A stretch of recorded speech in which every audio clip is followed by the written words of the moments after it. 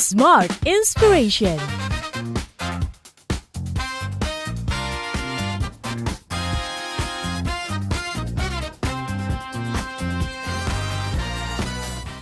Podcast Smart Inspiration masih bersama Anda dan saya Daryl Adam terus menemani sampai dengan di 13 menit ke depan ya. Kalau biasanya Smart Inspiration itu belajar banyak tentang sebuah inspirasi dari sudut pandang EQ. Tapi hari ini saya akan ajak Anda untuk tahu lebih jauh tentang fakta yang ada di lapangan. S1, S2, S3 sulit cari pekerjaan. Bukan karena lapangan pekerjaan nggak ada, tapi ada banyak pertimbangan lain. Yuk belajar cerdas bersama dengan The Best EQ Trainer Indonesia, Pak Antoni Diomartin. Halo Pak Antoni. Hai Mas Daryl. Gimana, sehat? Iya, sehat dong. Mas Daryl gimana? Sehat. Great. Ini kasus yang lagi marak terjadi loh Pak Antoni. Bukan berarti kita kita perlu disclaimer dulu ya. Bukan berarti mereka nggak punya kapabilitas, mereka nggak punya satu skill yang bagus, baik soft skill atau hard skill.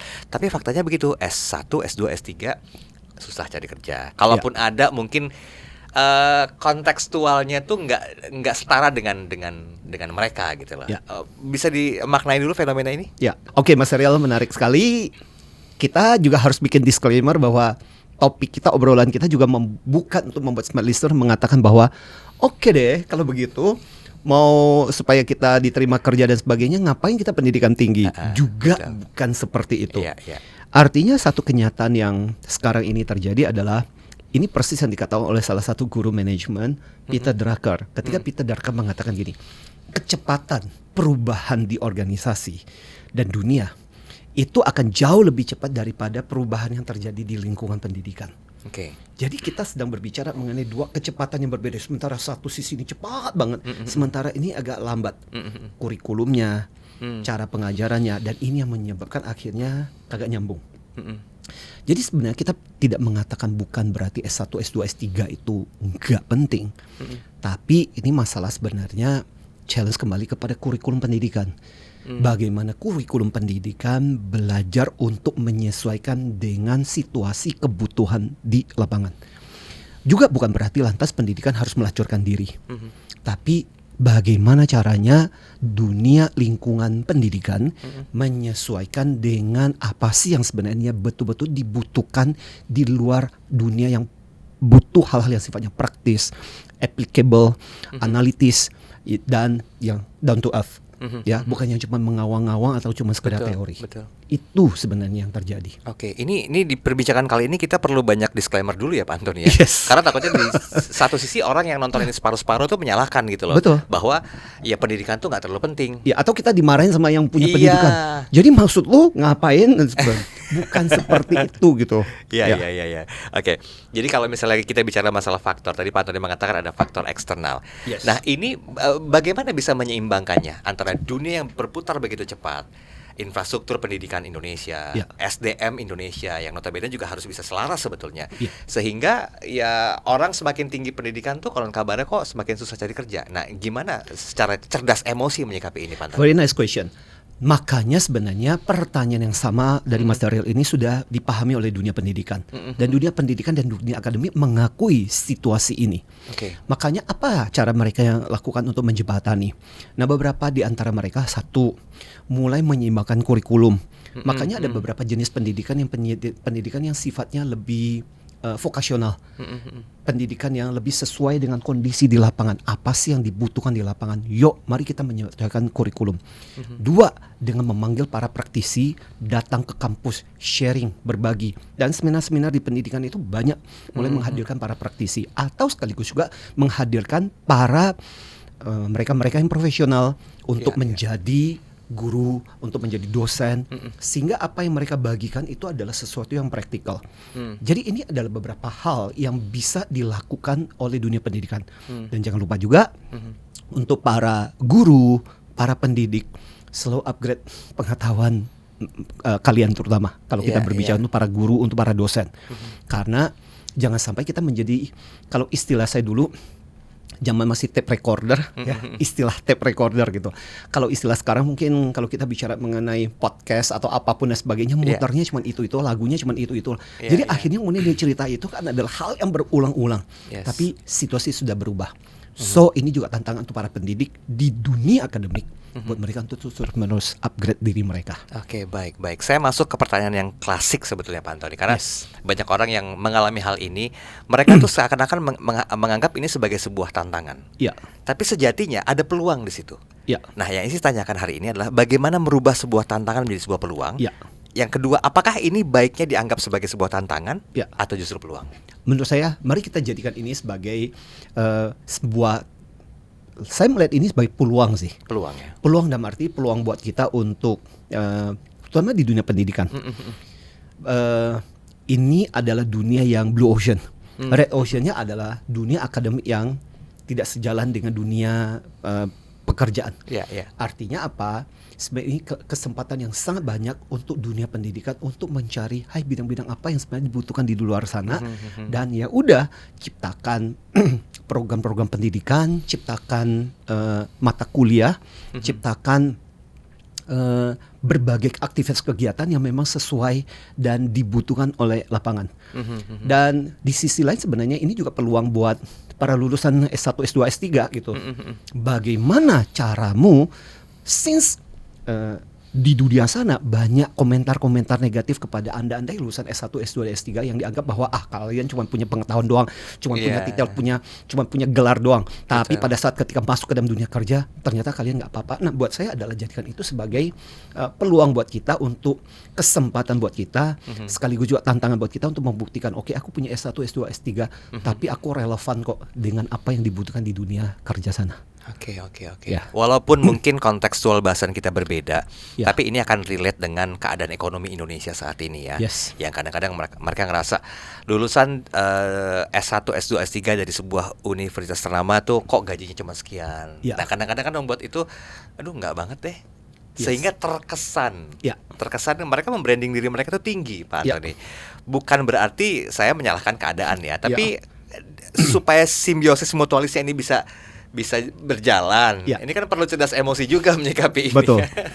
Saya jadi ingat dengan sebuah cerita yang dulu pernah terjadi ke Ray Kroc. Ray Kroc itu yang mendirikan McDonald. Jadi satu hari ceritanya dia sedang mengunjungi satu cabang McDonald. Oke. Dan itu lantainya kotor banget. Dan saat itulah ada salah satu staff yang sebenarnya bukan staff, dia adalah salah satu manajemen di cabang itu yang memang mengurusi cabang itu. Dan Ray Kroc cuma mengatakan kepada si manajemen ini, si officer satu ini, tolong dong ambilin sapu dan ini dibersihkan. Tahu nggak jawaban dia apa? Loh, saya lulusan Harvard loh. Oh. Maaf, maksud Anda? Iya, saya lulusan Harvard. Dan kemudian dia mengatakan, oh, saya lupa. Saya nggak sadar kalau lulusan Harvard itu ternyata nggak bisa nyapu gitu.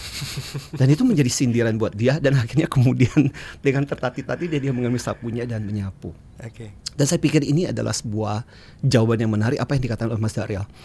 Problem terbesar dari para lulusan S1, S2, S3 kita adalah punya sebuah ekspektasi yang sangat tinggi bahwa kalau aku lulus S1, S2, apalagi dari universitas terkemuka, maka aku ini harusnya diperlakukan dengan posisi, jabatan, karir, gaji tertentu. Problemnya adalah bisnis itu sebenarnya nggak pelit. Mereka akan menggaji sesuai dengan kamu punya kualifikasi seperti apa gitu, situasi apa yang kamu miliki itu yang kemudian akan di appreciate. Makanya kenapa saya seringkali bilang kepada para lulusan S1, S2, S3 ketika kamu baru memulai dan nggak tahu apa-apa, jangan terlalu angkuh dan terlalu sombong. Even kamu lulus dari universitas dan perguruan tinggi latar belakang yang begitu luar biasa, belajar untuk humble, start from zero, kumpulkan pengalaman. Itu yang akan membuat kamu berharga, bukan titel dan bukan S1 dan S2 dan S3.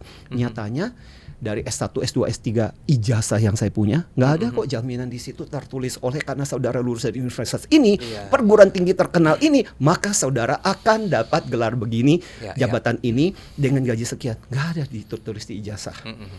Itu hanya cuma menunjukkan bahwa kita lulus pendidikan.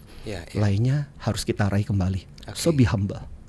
Cara bijak apa yang bisa dilakukan sama para SDM di luar sana yang mungkin agak tersentil ya dengan statementnya Pak Antoni tadi? Oleh karena saya lama berada di HR dan saya mengerti tentang bagaimana cara HR dan perusahaan mewakili mereka untuk menyikapi para S1 dan S2 dan S3, sebenarnya adalah mereka sebenarnya punya harapan.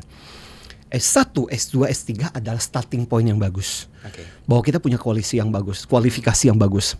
Tapi ingat itu cuma permulaan. Ya, jangan sampai kemudian kita jadi over qualification. Maka ketika kita punya S1, S2, S3, mulailah untuk belajar tahap humble bahwa meskipun kita punya S1, S2, S3, we still know nothing tentang dunia real pekerjaan. Tapi kita punya modal, kita punya pengetahuan, kita punya informasi di kepala kita yang siap untuk digunakan. Itu bahan-bahan yang berharga. Jadi dengan demikian, belajar untuk rendah hati, mulai dari nol kalau perlu, mulai belajar untuk nyapu meskipun kamu lulus dari Harvard. Karena itu hal yang praktikal gitu. Di balik itulah kebijaksanaan, dan kalau kita bisa terus dan kemudian bisa melanjutkan dan akhirnya dengan mengumpulkan pengalaman, percayalah. At the end, dunia, terutama dunia korporasi akan menghargai tentang kemampuan kita yang sesungguhnya, bukan cuma dari S1, S2, S3. Jadi kita mengatakan alangkah bagusnya kalau Anda punya S1, S2, S3 ditambah dengan kemampuan kapasitas bekerja yang sesungguhnya. Betul. Gabungan ini ini yang akan menghasilkan sesuatu yang luar biasa, dan ini yang bernilai, dan ini langka. Wow, kata-kata bijak banget ya. Jadi humble itu yang pertama, yang kedua adalah ya bijak menyikapi sebuah permasalahan dan juga berhubungan dengan keadaan, dan otomatis perlu cerdas emosi. Tips singkatnya Pak Antoni sehubungan dengan bahasan kita hari ini? Oke, so tips singkat pada kesempatan ini adalah buat teman-teman yang berada di dunia akademik, saya pikir ini adalah sebuah challenge buat kita, dan ini challenge klise yang terjadi di mana-mana, apalagi sekarang ini dengan kondisi kompetisi dunia kerja yang seperti ini, talent war. Maka sangat penting buat teman-teman yang punya pendidikan S1, S2, S3, ingat it's not complete yet. Jadi harus diperlengkapi dengan kompetensi kemampuan yang sesuai dengan di lapangan. Maka pada saat ketika kita sambil kita kuliah S1, S2, S3, jangan lupa untuk terus-menerus menambah kemampuan kapasitas profesional kita.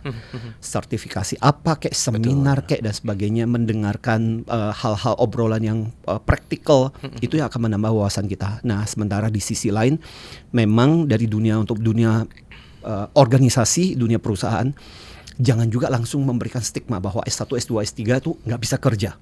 Ya, mereka punya modal yang berharga kalau kita bisa melatih. Kok toh nggak ada?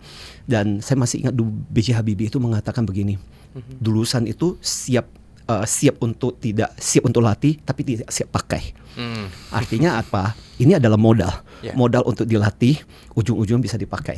So itulah yang bisa dilakukan juga dari dunia korporasi, dunia organisasi, dunia kerja terhadap para lulusan-lulusan ini. Baik. Seperti biasakan mengosongkan gelas Anda dimanapun Anda berada, dalam kehidupan atau mungkin dalam ranah pekerjaan. Semoga cukup menginspirasi. Saya Daryl Adam, sampai jumpa. Smart Inspiration.